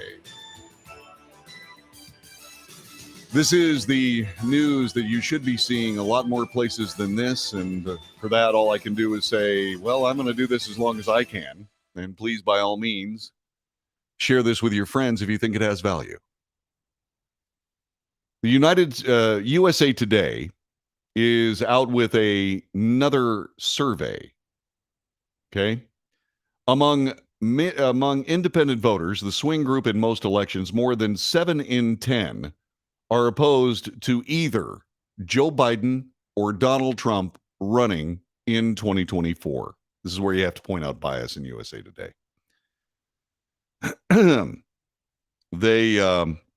These surveys, as I've said many times, and since both men that I just referenced are mentioned in this is equally inaccurate. And it's not necessarily because the methodology or all the science behind it isn't necessarily valid. What I'm saying is that these, like everything else, these polls, like everything else, are poisoned by politics in this nation. And it's something that we report because it's news. But once again, what is required by Americans and always has been required by Americans is skepticism, critical thinking, logic, reason. And so, in that spirit, here we go. How about a Joe Biden versus Donald Trump rematch in 2024, writes USA Today. Americans hope not. While both men have indicated they plan to launch bids for a second term, voters are unenthusiastic about a replay of the 2020 contest. In a new USA Today Suffolk University poll, bias on top of bias, 65% of registered voters, including half of Democrats, do not want President Biden to run for another term. And 68% of voters, including a third of Republicans, don't want former President Trump to run again. See, does that offend anybody's logic but mine? Does that offend anybody's logic but mine? Just asking. John Beltran of Pflugerville, Texas, right down the road. He's a software developer. He's a Democrat, was among those that called in the poll. We know what we're getting with Trump and Biden saying that he would like to have some other choices. Who? Gavin Newsom? Who? Americans express overwhelming dissatisfaction with both major parties and broad support for a third party, an idea that has proven difficult to execute in the past. That's true. And the reason is because these political parties keep focusing on the weaknesses of the two major parties instead of focusing on what they should focus on. The Conservative Party of the United States, which is actually out there somewhere, doesn't get traction because people of the mainstream media refuse to cover them. There needs to be a political party that stands for the Constitution of the United States, the Bill of Rights, the Declaration of Independence, and in great measure, the logic and understanding of the people who actually wrote those documents and what they believed they meant and what they believed they were trying to accomplish. In other words, the Federalist Papers should be the guiding principle of the Conservative Party of the United States. There's this idea that a middle-of-the-road party is going to be there. Well, we've already got a middle-of-the-road party that satisfies the needs of both the major parties, and that's why this one will fail as well. We already have one. We don't need another middle-of-the-road party. We've got the Republican Party. What we need somebody to the right of the Republican Party. And we need somebody who believes that that party would stand for something beyond the next political wheeler-dealer move. So yeah, Americans are dissatisfied with both political parties, and they should be. The weariness and wariness towards both Biden and Trump, nice writing, even among a fair share of those who voted for each 2 years ago, could create openings for potential challengers. Nobody's been able to convince me that 74 million people won't show up for President Trump in 2024. I haven't heard anything that would lead me away from that. Horse race polls taken 2 years before a presidential election have a sorry record of predicting who will prevail to win the nomination. Rare honesty. They typically measure name identification as much as political prospects.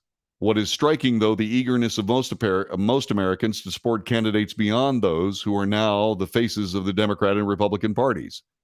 That sentiment might be a factor for Biden or Trump as they weigh whether to run. They're both going to run, unless Joe Biden listens to the Democrat Party.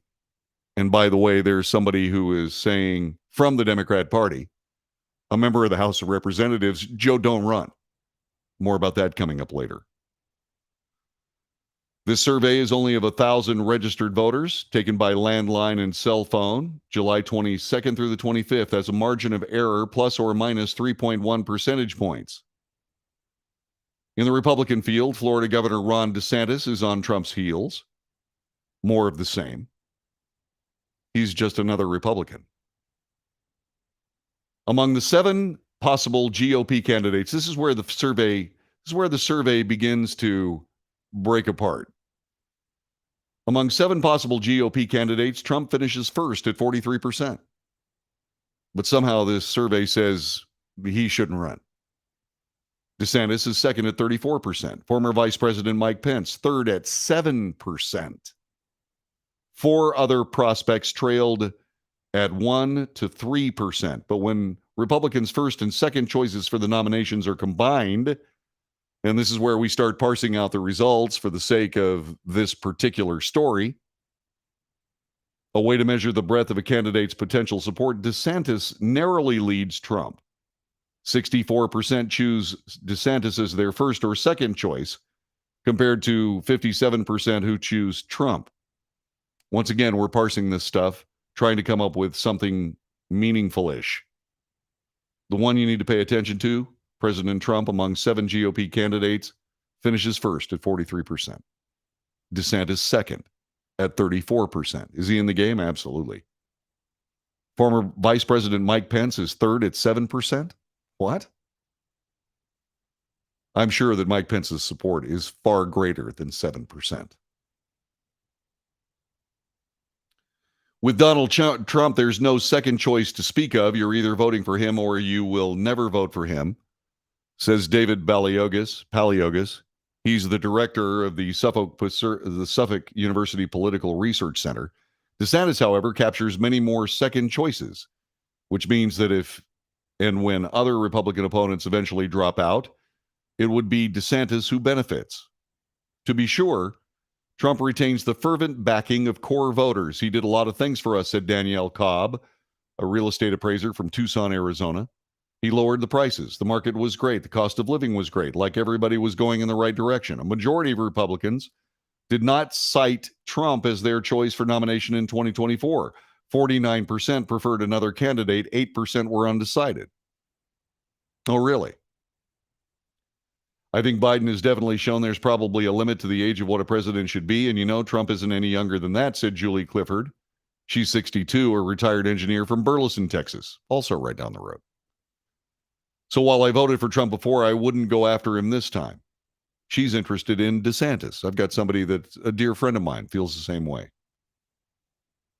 Wyoming Representative Liz Cheney finished fourth in the poll, albeit a distant fourth at 3%. Yeah, she's a presidential candidate, all right. Sure she is. She's Trump's nemesis, booted out of the House GOP leadership, now the co-chair of the House committee investigating the January 6th assault at the Capitol. In 2 weeks, Cheney will face an uphill battle in the Wyoming primary to hold the GOP nomination for her House seat. Cheney was chosen by 13 of the 414 Republican primary voters surveyed. She was chosen by 13 of them. 13. Wow. That, by the way, was enough to edge former UN Ambassador Nikki Haley, chosen by 11 voters. Former New Jersey Governor Chris Christie, 6 voters. Former Secretary of State Mike Pompeo, 3 voters. This will change. Several potential GOP candidates have signaled they're likely to run for the nomination, even if Trump does. In contrast, most potential Democrat candidates have said that they would support President Biden if he ran again. At the moment, there's no such clear shape to the Democrat field that might follow Biden. The USA Today Suffolk University poll listed 7 possibilities. Vice President Kamala Harris and Vermont Senator Bernie Sanders are each at 18%. Bernie Sanders is not a Democrat. Bernie Sanders is a socialist. Why is he even in this poll? Well, because the Democrat Party refuses to get rid of him. Why? Well, I guess they like to lose. But listen to this. Vice President Kamala Harris, 18%. Donald Trump, 43%. Seriously? Transportation Secretary Pete Buttigieg is at 16%. 16%? The former mayor of South Bend, Indiana, is going to be the president of the United States. Seriously? Minnesota Senator Amy Klobuchar is at 11%. Now we're talking. Yeah, Amy Klobuchar's got a chance. New York Representative Alexandria Ocasio-Cortez is at 10%. What are we learning from the Democrat choices on this one? California Governor Gavin Newsom and former Secretary of State Hillary Clinton, the party's 2016 nominee, are each at 8%. The findings show the potential tug-of-war ahead between the party's most progressive voices, Sanders and Ocasio-Cortez, with support totaling 28%, and those more likely to talk about the need for outreach to moderates, including Buttigieg and Klobuchar, both from heartland states. Their support totaled 27%. None of those 4 people are presidents of the United States. None of them. Although Klobuchar, that kind of gives light to that a little bit. When first and second choices of Democrats are combined, Harris is at 35%, Buttigieg and Sanders at 30%, Klobuchar, Ocasio-Cortez 22%, Newsom's at 18%, and Clinton's at 15%. Yeah. So there's more to this. I'll share it with you here in just a couple of moments. You are listening to the Wells Report. My name is John David Wells. Want to thank you for being here today. It's Friday. And I think somebody's life is going to change tonight, or maybe several somebody's lives are going to change tonight, because the $1.02 billion Mega Millions jackpot is going to be announced tonight. The winning numbers, at least. I have 3 chances, more than enough to win. You're listening to the Wells Report. Back with more in a moment. Thanks for being here with us today.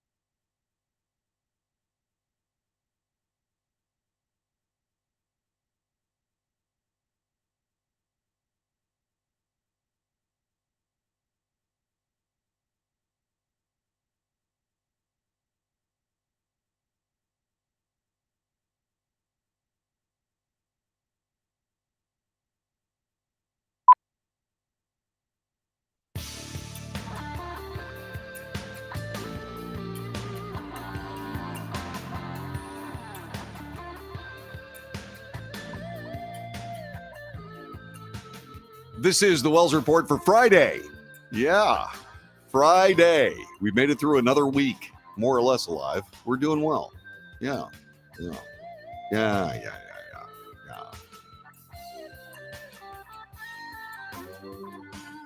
Huh. Anyway, I'm just looking at the chat room, and it's been a great debate today. It has mostly. Anyway, that being said, let's spend a little bit more time with this USA Today Suffolk University poll, shall we? It talks a little bit about the political climate in the United States. Let's spend some time with it. According to this survey, 1 in 4 voters, 25%, say the Democrat and Republican parties do a good job of representing American political views. 1 in 4 voters believe the parties are doing a good job in representing them. In a representative democracy, that's a very bad statistic. And why is that? Because the government doesn't give a tinker's damn about the people of the United States, especially this one. Yeah, we want you to go to a green economy. Well, is it ready? No. It's not ready? Then why are we going to it? What, we're going to destroy the economy we have in favor of a much better one? How many years away? How many decades away is that better one? What are we going to do in the meantime? Well, we're going to have trouble, but it's a painful transition, but we have to go through it. No, we don't. No, we don't. All these people saying this are somehow unfamiliar with the concept of walking and chewing gum at the same time, which tells you something about them. 6 in 10 say a third party or multiple parties are necessary. I don't know whether multiple parties are necessary. I believe that what would happen is the Conservative Party of the United States, if properly run, would take out the Republican Party in pretty short order. And I believe, and maybe I'm just nuts, but I happen to believe that sooner or later, Democrats are going to get rid of the socialists. And the Socialist Party will wither and die just like socialism does. But I believe that a conservative party of the United States is the next step for American voters. I just don't see how the Republican Party can continue the way it is. And neither can the people in this, even though it's a survey and it's only of 1,000 people and it's a 3-day snapshot. All right.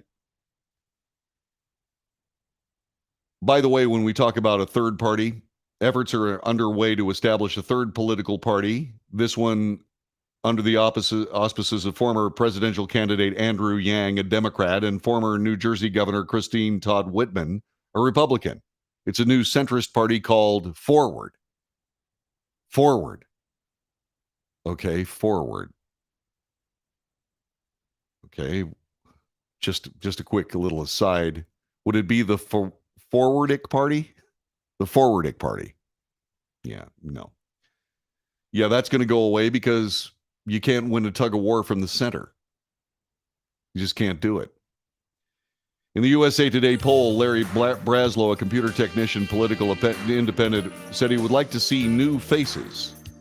None of the top political people right now are impressive. I'd love to see new individuals, whether they're current in politics or not, to get out and try to come up with some ideas, how they want to fix things or approach things. We had that. His name was Donald Trump. And all these people sat there and let the newspapers do their thinking for them. These cable network news programs. These horses' asses masquerading as journalists. And so we got Joe Biden. How's that working out for you? Thank you, Dr. Phil. How's that working out? As you might expect, poorly. This is the Wells Report. Stay where you are. Back with more as we continue on Friday afternoon. See you in just a minute.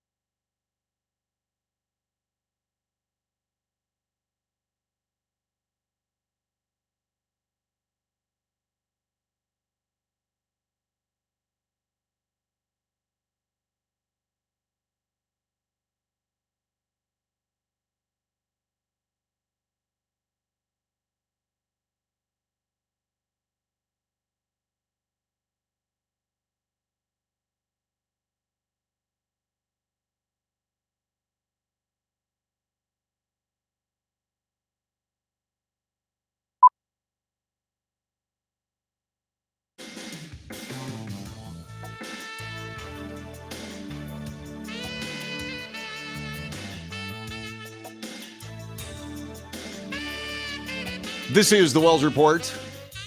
Thanks very much for joining us today. Thanks very much for taking part in the broadcast. Chat, call 817-379-2172. We were talking a little bit about Democrats and Joe Biden. Democrat Representative Dean Phillips of all places, Minnesota, revealed he does not think that President Biden should run for re-election in 2024 and that America needs well-prepared Democrats instead. Phillips, a moderate Democrat who currently represents Minnesota's 3rd congressional district, is up for re-election this fall. The candidate spoke out against the Democrat president on a radio show yesterday. When asked if he would support a Biden re-election bid, he firmly said no. Listen to what he had to say. Quote, "The country would be well served by a new generation of compelling, well-prepared, dynamic Democrats who step up," unquote. Yeah. The Democrat Party knows how to do that, by the way. They did it a long time ago. Most of us were too young to really remember it, but his name was John Kennedy. It's exactly who he's describing. Phillips said he has respect for the president, but believes the White House needs new leadership and expressed concern over the president's age. President Biden is the oldest president in American history, would be 81 during his next presidential election, has not yet announced his official re-election bid, but has said he plans to run in 2024. He's not. Democrats, especially those vying in competitive seats, have been hesitant to endorse the president for a 2024 run. Representative Tim Ryan of Ohio, who is seeking an open Ohio Senate seat, was asked by Fox News' Sandra Smith if he would support Biden in 2024. He dodged answering the question. Typical. Just answer it, man. Just answer the question. If you give a tinker's dang about your party, be truthful. Just be truthful. Tell the truth. Now, the thing about telling the truth is it makes or breaks you. Well, if you're on the right track, it'll make you. If you're on the wrong track, it'll break you. And so there you go. Tim Malinowski, the Democrat from New Jersey, one of the most vulnerable Democrats this cycle, was asked a similar question at a town hall. He said, quote, "I don't know if he's running in 2024 or who's running, so I'm not going to opine on who should be the president." Just tell the truth, Tommy. In early July, Progressive Representative Alexandria Ocasio-Cortez also remained ambiguous on whether she would support Biden in 2024, telling CNN, "We'll cross that bridge when we get to it. Should he run again? I think we'll take a look at it. Right now, we need to focus on winning a majority instead of a presidential election." A CNN survey revealed that 75% of Democrats, this survey came out yesterday, 75% of Democrats want someone other than Biden to be the Democrat candidate in 2024. Who have they got? Gavin Newsom is a bonehead. J.D. Pritzker, bonehead 2, the Wrath of Khan. Who do they have? Pete Buttigieg? You don't go from being the mayor of South Bend, Indiana, to the transportation secretary, to the presidency. You don't. You absolutely don't.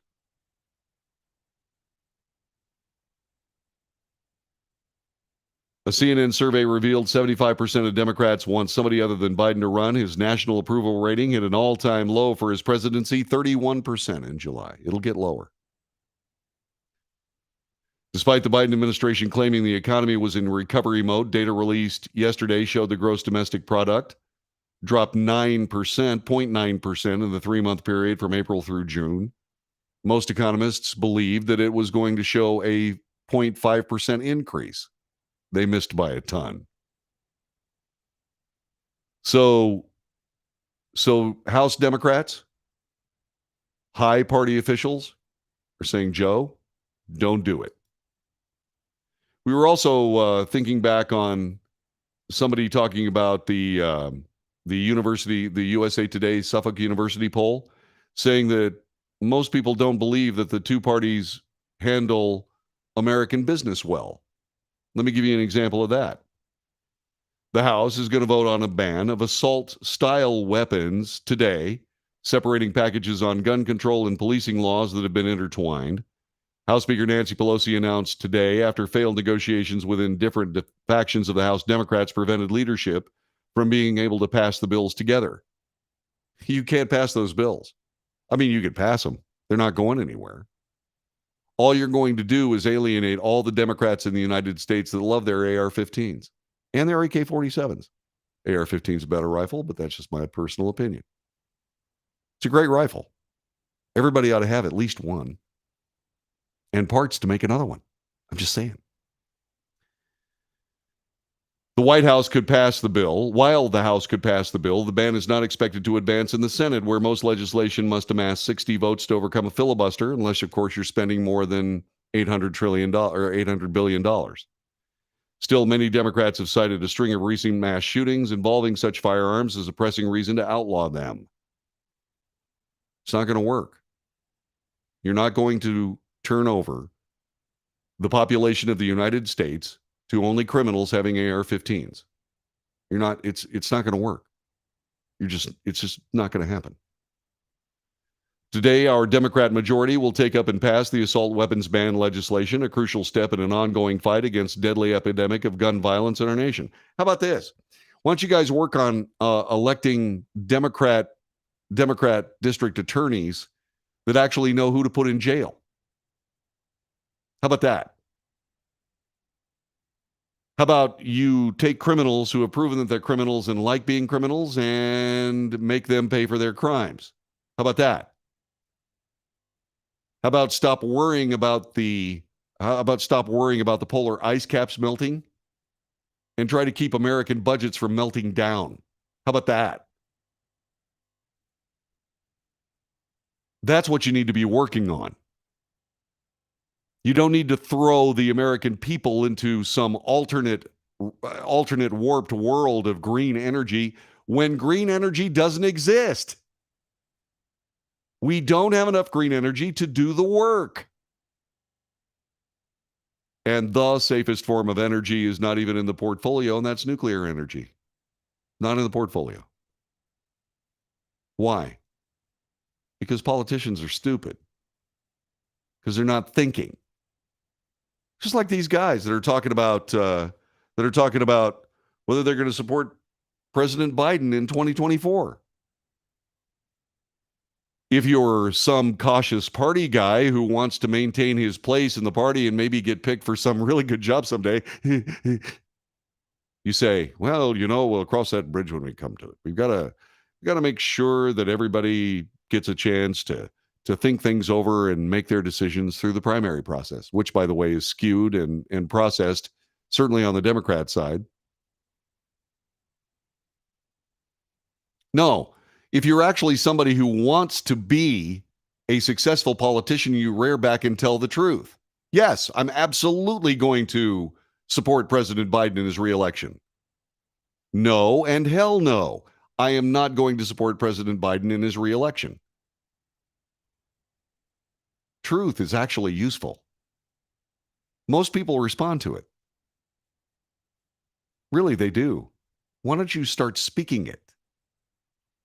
I've told this story. I had a wonderful hour on the Wells Report a few years ago. It was the 2020 presidential election. It was during the run-up. And I was talking about how people were having trouble saying the right thing in one of those debates.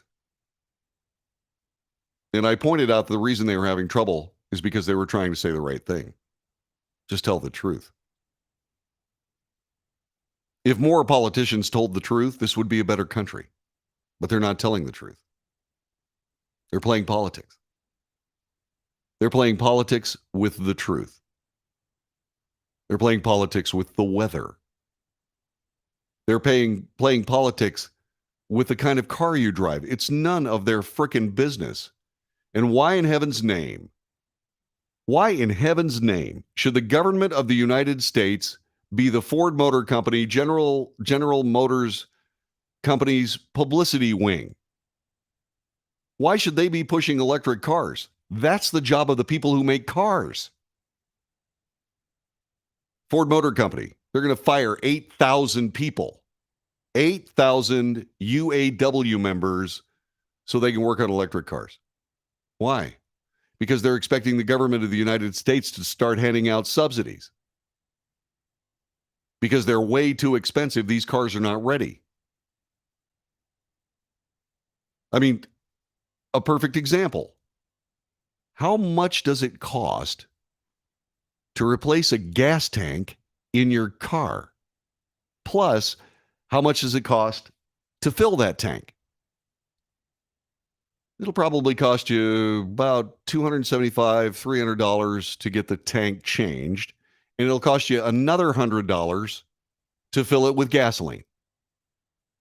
How much does it cost to replace the batteries in an electric car? $15,000. Which car are you gonna buy now? Which one? Exactly. And that's why this green energy move, run by idiots. Yeah, we're going to throw the entire American economy into the weeds so that we can take care of our buddies in the alternate energy industry. Again, how's that working? Not real good. Not real good. Yeah. And this assault weapons ban? What a stupid idea. What a stupid idea. Here's another stupid idea. U.S. House Democrats have introduced a bill to establish term limits for Supreme Court justices after an unprecedented term in which the highest court produced a series of deeply conservative rulings upending American law. Well, how about this? If you don't like who's sitting on the Supreme Court of the United States, why not win more elections so you can pick the next batch? Oh, wait. In order to do that, you have to have policies people will actually vote for. Is an assault weapons ban one of those? No. Is a windmill in every pot one of those? No. Is going into debt up your nose for an electric vehicle? Is that something that they're going to vote for? No. You're going to find out all of this at the next election because people aren't going to vote for you. So if you don't like the makeup of the Supreme Court, what do you do if you're in the situation now? My goodness gracious. My goodness gracious. Here's what you do. You change the rules, which is stupid because the Democrat Party has been legislating through the judicial branch of our government for decades. For decades. Until the Supreme Court said, that's not what we're supposed to be doing. As the Constitution says that's up to the states. Yeah. But it's really, really difficult to compete for something that nobody wants in 57 states and territories. It's really, really difficult to do that. It's expensive. And if you can go to the Supreme Court and get the same thing done and have a mainstream media that says, yep, it got done, even if it didn't, Roe v. Wade 73, then it's much more cost effective instead of actually getting down in the weeds and finding policies that people actually want instead of your political delirium. Langston asks a great question. Didn't you mention term limits for Supreme Court justices weeks ago? Yeah, I did. And this, by the way, gives lie to what's going on right now. You cannot just pass a law that creates term limits for Supreme Court justices. You have to do a constitutional amendment. You can't just pass a law. It's like none of these people that are all upset about the fact that the Supreme Court has impaneled to interpret the Constitution and laws vis-a-vis the Constitution. It's amazing how little they know about the Constitution. Oh, we'll just pass a law. Well, that's because they know this isn't going anywhere. What they're trying to do is they're throwing everything they can up against the wall to make up for what is an abysmal legislative and governance record in the last 2 years. None of this is bogus. absolutely bogus. It's not going anywhere. Yeah, I think there's a possibility that we might want to discuss term limits for Supreme Court justices. Absolutely. I think we should. But in order to get it done, we're going to have to amend the Constitution of the United States. You just can't make it happen. You just can't legislate it out of existence. That's what unalienable actually means, in fact.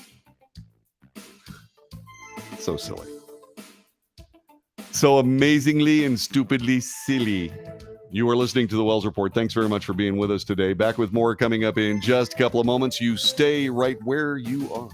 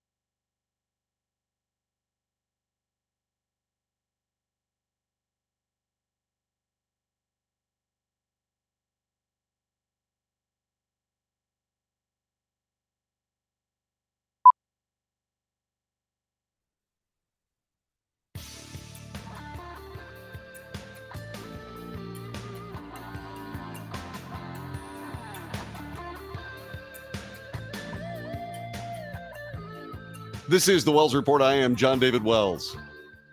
So the Mega Millions jackpot is somewhere north of $1.1 billion. Billion.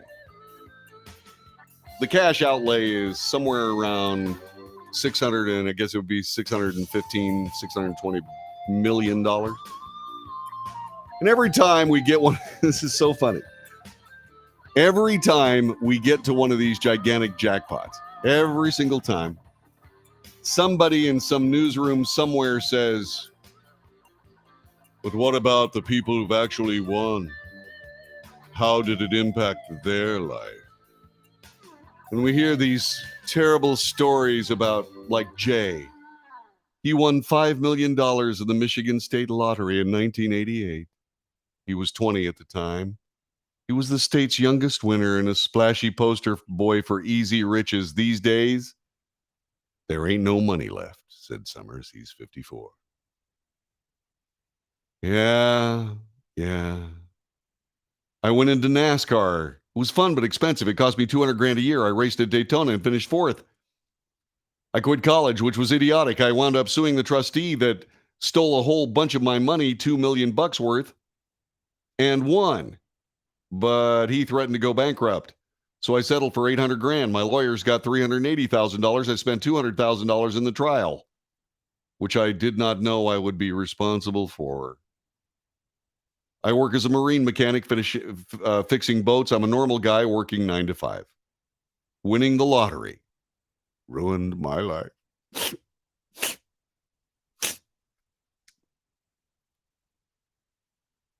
Jeffrey Dampier won $20 million of the Illinois State Lottery in 1996. He promptly divorced his wife, gave her half the winnings, remarried, had an affair with his new sister-in-law, wound up shot to death by her. I'm sorry. It's such a tragedy. When you win your $1.1 billion, don't say a word. Don't invest your money. What you do is you find out. Hang on a second here, just a second. FDIC insured savings maximum. Okay. Let's see. All right. The standard insurance amount is $250,000. So what you do is you spread $250,000 to as many banks in the United States as you possibly can. That's what you do. Okay? The rest of it, buy land. Seriously.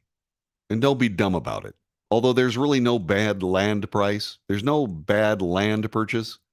Buy land. In other words, savings accounts and land. That's what you do. That's all you do. You don't invest it. You don't turn it over to people. You don't do any of that. You might want to set up trusts for your kids. Trust fund babies, they're fun to watch. But just buy land and spread out $250,000 in every bank in the United States. Every single one. And I believe that's per bank. I'm not sure. So you can actually put $250,000 in several Bank of America branches, but I would spread them out in the States. So, not that I would ever do business with Bank of America again because they suck. But I would probably give them $250,000 anyway. I would. I wouldn't necessarily invest the money, Art. I think what I would do is buy real estate because it's not going anywhere. Oh, by the way, you know what? I take that back. There is one investment I would make. Okay. There's one series of investments I would make. And what are those, you might ask? I'd invest in the most successful companies researching superconductors. That's what I'd do. Because superconductors, that's the next big thing. Absolutely the next big thing. Because as soon as we get room temperature superconductors, all this other stuff actually works. So that's what I would do. That's one investment I would make that wouldn't be land. The rest of it, land. Land. Da-da-da-da-da. Land. That's what I would do. So when you do that, also pay your talk show host all the money for that free advice. Pay back the money you paid for it. Yeah. It's never going to happen. Never going to happen. But I did buy a lottery ticket. I have 3 chances to win. 3. And since the odds are like 1 in 303 million to 1, it's 303 million to 1. That brings it all the way down to 101 million to 1. Yeah, we'll see. But I did get a good omen. There were several of the same numbers on my lottery tickets that I had in a fortune cookie that I ate yesterday after the show. What? Have yourself a wonderful weekend. Thanks very much for spending some time with us today. It means a lot to me. Thank you. And make sure you pass the word that this is out here. Have your friends come. We'd love to see them. Take good care. God bless you. Have a wonderful weekend. I will see you Monday here on the Wells Report. God's blessings. Take good care.